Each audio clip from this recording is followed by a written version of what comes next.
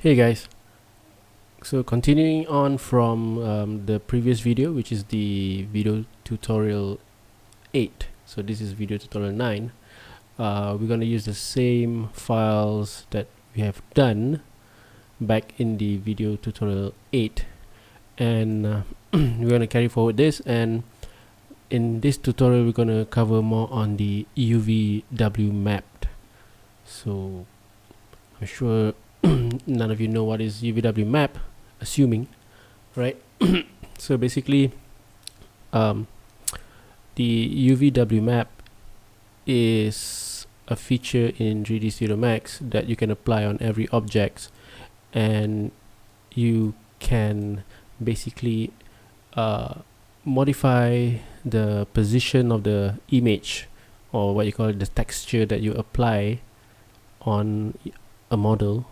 You want to make it smaller or adjust it a bit to the left. For example, like the curtain over here. See, the curtain is a bit too big. All right. So what if I want to, make it smaller, and I want to make the fabric more smaller, or let's say the wood flooring here. All right. Let's say if I want to tile it, I want to make it more smaller than this right now, or move it a little bit to the left or right on the surface of the model. So how do I do that? All right. There's actually got two methods. One is the UVW map, and the other one is the unwrap UVW. The unwrap UVW is more advanced. All right, it's what usually professionals use for video games, film animations, and even interior as well. But for now, we're going to cover the basic, which is using the UVW map modifier to actually do a basic texture placement adjustment on your 3D surface. Right, but before that, I just want to do some update here. When I render this now, let's say I'm going to open my render window. Alright, so this is where we left off. We got a nice translucent curtain here, but problem is that the curtain is not really transparent, right? You can't see the wall here. You can add to that, all right? You can make the curtain transparent. Right now it's translucent, means the light can go through the thickness of the curtain, but the curtain is still opaque, means there's still it's not transparent, so I can't see through the wall here. So what if I want to see a bit of the wall? All right, so I can actually update my material here. All right, see the one here. Okay, so what I can do is I can make adjust my refract, give some value instead of black, right? As you know already, if you give anything rather than black, it will start to make the model transparent, or the material transparent a little bit. I don't want to be like too much. I just want to in a certain degree like this, all right, like dark gray. So I hit OK, and I'm going to render it again. All right, so I'm going to render it now. I have to close this.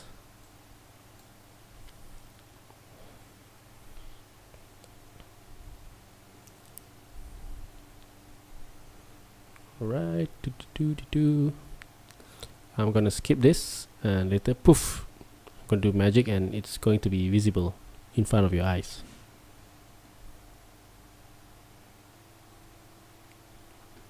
Alright, so I finished rendered already.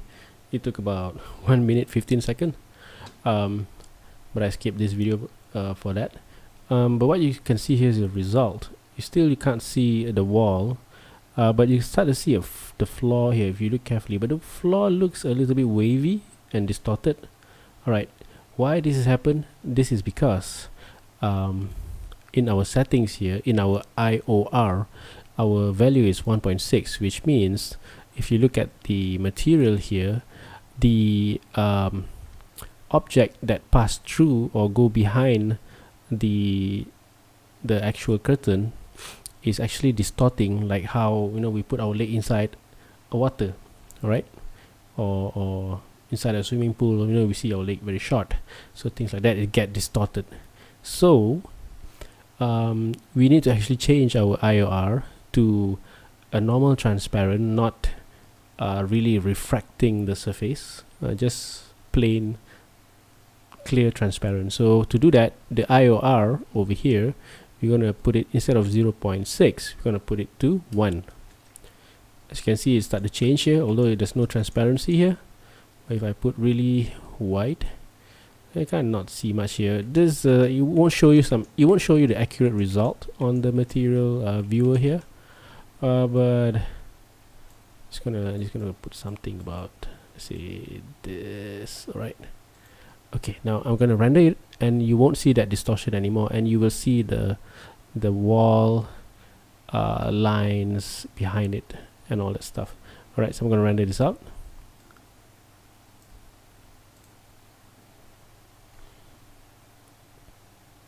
There you go. You can already start to see that straight line of the floor. All right, the sampling is blocking the view, so just let it finish.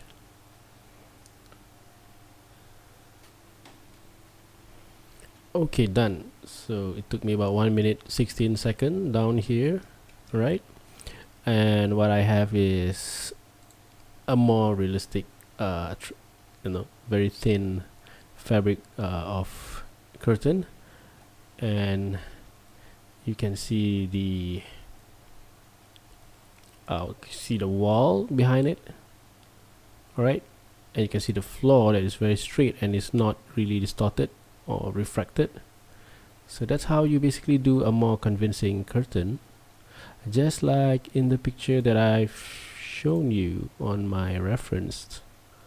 See my reference like this. All right, just like this. Okay, that's how you can do it.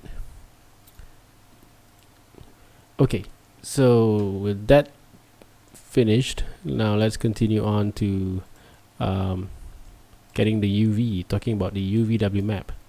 So I'm going to close this and I'm going to lift this up here. All right, now what is UVW map that I've already explained? So let's try and kind of like put it to practice. Okay, for example, like I want to hit G to hide the floor here. So, I mean the grid on the floor, so it's kind of annoying and blocking the view. All right, so let's say I want this wooden tile here to be very kind of more smaller or more bigger. How do I resize it? How do I move it? All right, so for example like this, so what you can do is you select your floor, and then you go to the modifier list, and then you go and add under the U, which should be down here. This is the unwrapped UVW that I mentioned, the more advanced one, but the one that we want to use is this one, UVW map. All right. Okay, so we're going to apply it. So by doing that, we're applying the UVW map on top of the plane. All right, so we can click the plus button here and it will open, and there's a gizmo over here. All right, so when we click on the gizmo, all right, see when I click on the gizmo and it highlight in blue color at the modifier list here, we start to see this anchor point over here, provided that you are using the move, rotate, or scale. So if I use move, so what can I do? I can actually move a gizmo of the UVW map. So watch what happened. So when I move it here, you see the image. So the object is not moving. The actual texture image of the wood is actually moving. See, I can replace it however I want. And you can also see if I push it down, now that's the plane. That's the UVW map plane. You can also project it in just a flat projected plane, like 2D plane, but you can also project it in different ways, because right now we are using a planar. Planar is a just flat plane. I can mapping it in the form of cylinder. There's a cylinder over there. Spherical, more round. As you can see, it's wrapping up the image in a round manner. If cylindrical, it will look like something like that. Box. There's a square. It's good for walls. You can use this for walls.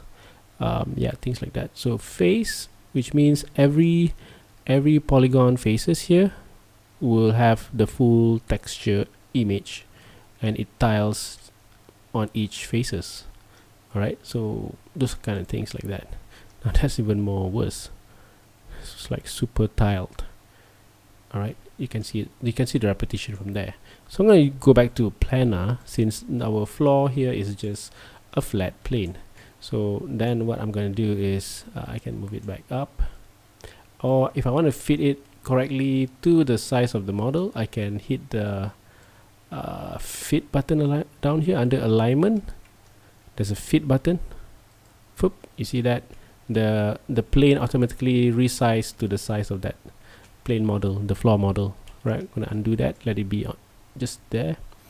Okay, now what I will also want to do is I can also basically resize my image. Right now this is a full image. All right, I want to resize it. I can use scale, and I can scale my gizmo, put my mouse at the center of the scale gizmo here, and you can see if I scale it smaller, you can see the repetition of the same image being kind of multiplied all over the face over there. I can also resize it bigger, which is like I'm zooming into the picture, right? But the one I want right now is I want to make it smaller a bit. So what I do is I make it smaller a bit, and there you go. So what I get is a well resized floor, but I think the floor should be a little bit more bigger than that. All right, okay, something like that. So now for the curtain point of view, so I'm going to select the curtain. I'm going to, there's a turbo smooth on top of it applied. I will put the UVW map in between editable poly and turbo smooth, but don't worry about that, you can always put that later on. So right now, I'm just gonna go to modifier list and add the same UVW map and drag and put it in between. You see that blue line there, and drop it over there. And right now it's in between editable poly, UV, and turbo smooth. So what happened is turbo smooth the model. All right, if I turn if I turn the light bulb off, you'll see the low polygon models of the curtain. See, zigzagging and very low poly, not smooth. And when I turn it on, you start to see a more curvier, more organic flow of the curtain. And if I go back down to UV, I have my show end result turned on. I can turn it off. So it's like you going back to history, and I go back up, it will update to the latest selection that I've just select. Of course, this is before I apply the turbo smooth. You start to see low poly here. Okay, now let's open the UVW map gizmo and active that, so we can modify the planar plane. Okay, I'm gonna put it to fit. All right, and then if I want to make the fabric more smaller, so I will put my mouse at the center and use my scale tool and scale my gizmo here, UVW map gizmo, smaller, and you can see it multiplies. You can see a lot of that curtain become more details. All the stitches are more smaller, are more zoomed out. And if I go back to turbo smooth and unselect my model, I start to see more detailed curtain like this. So now I'm gonna give it some render and let you guys see it.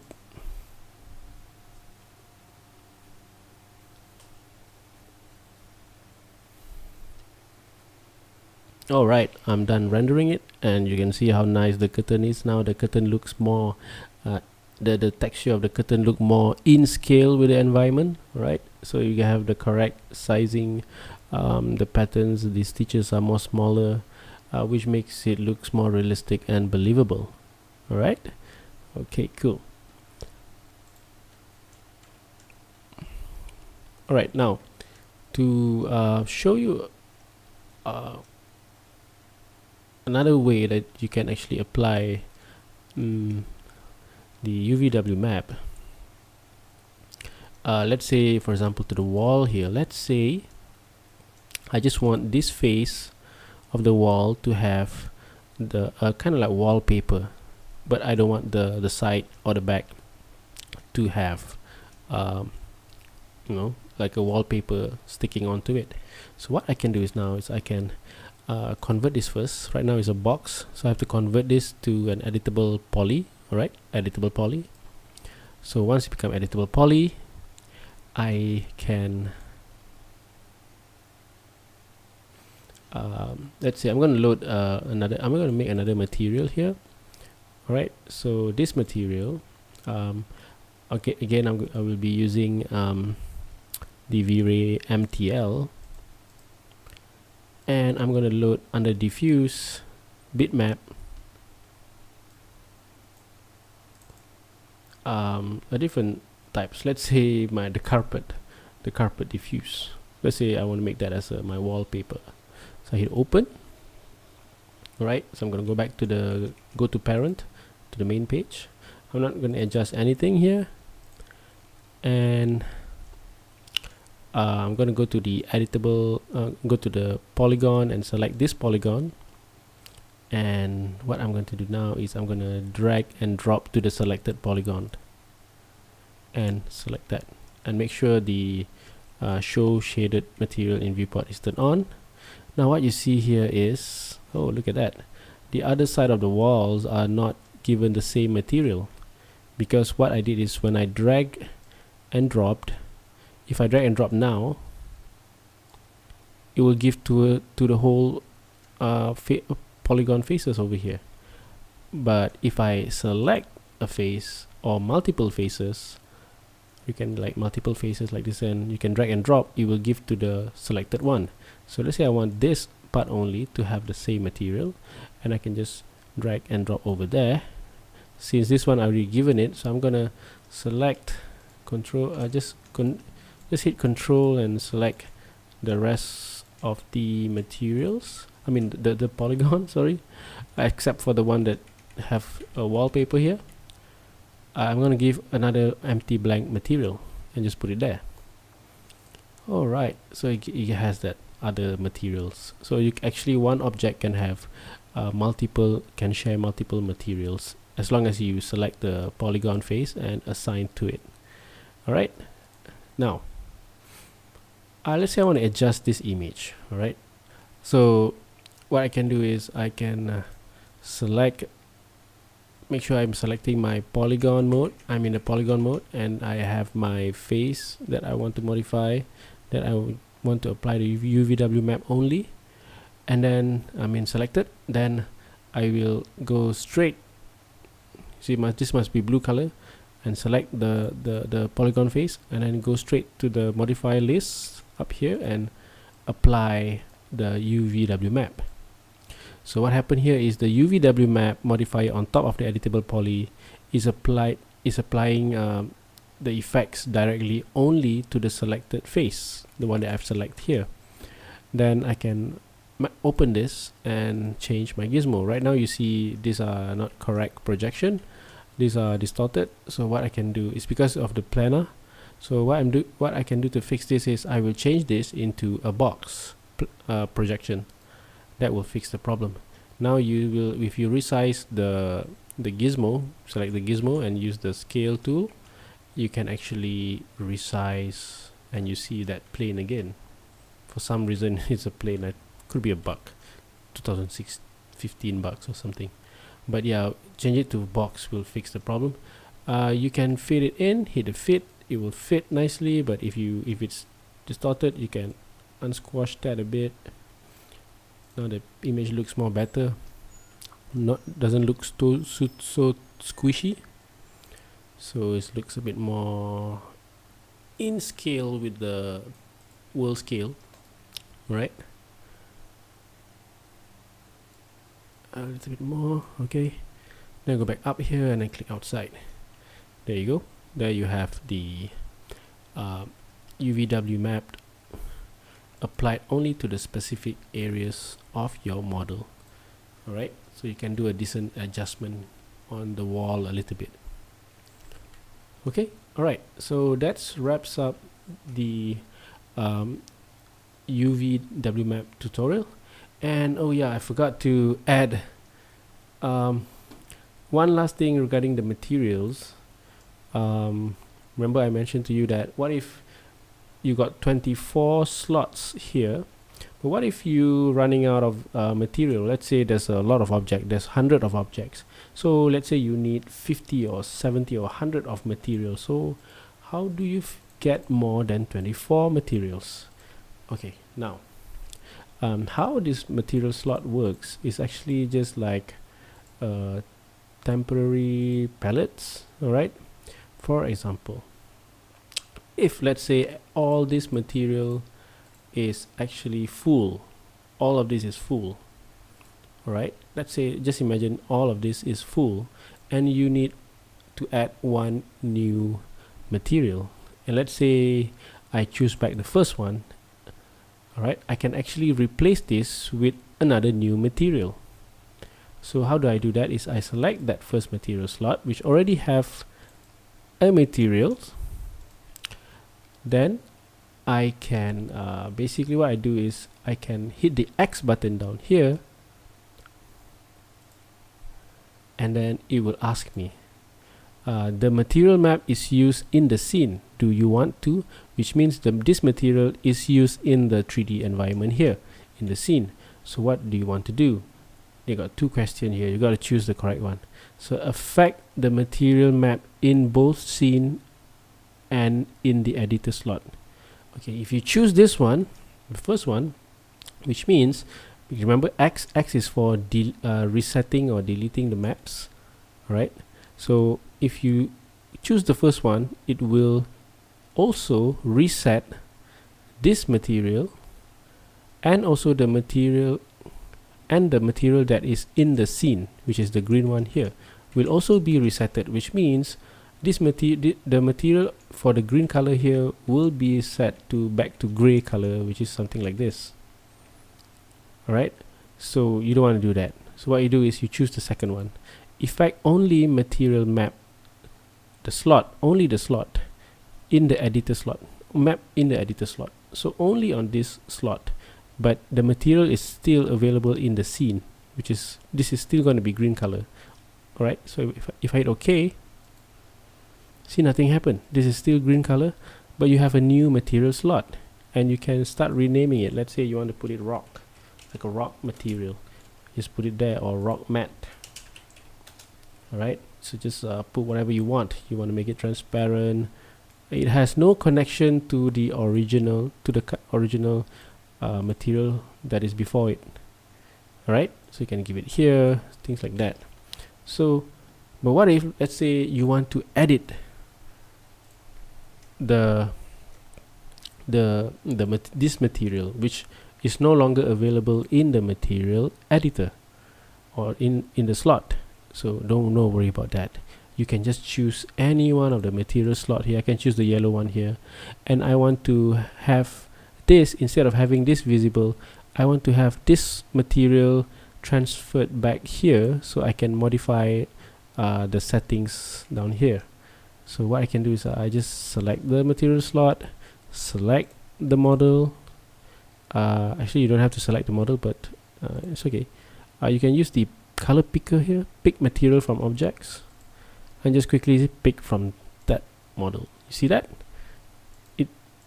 You got back your material on the slot there.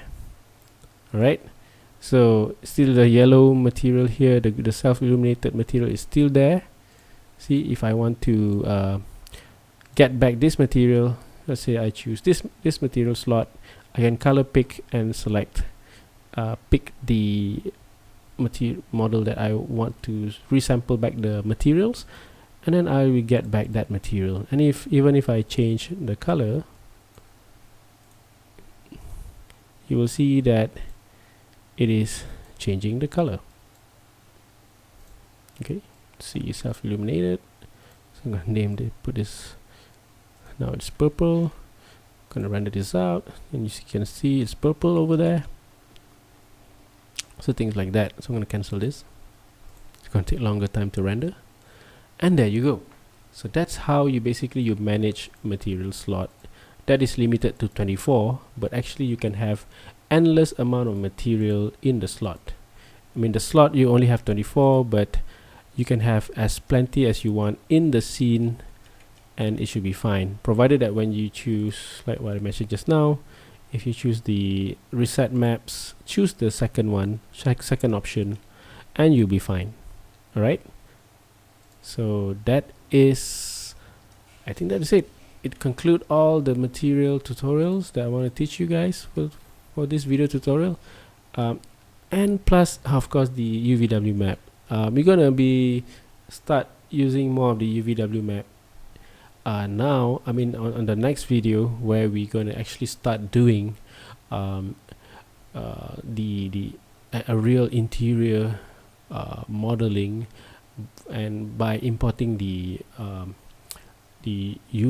AutoCAD layout. We're going to be importing AutoCAD layout in the scene.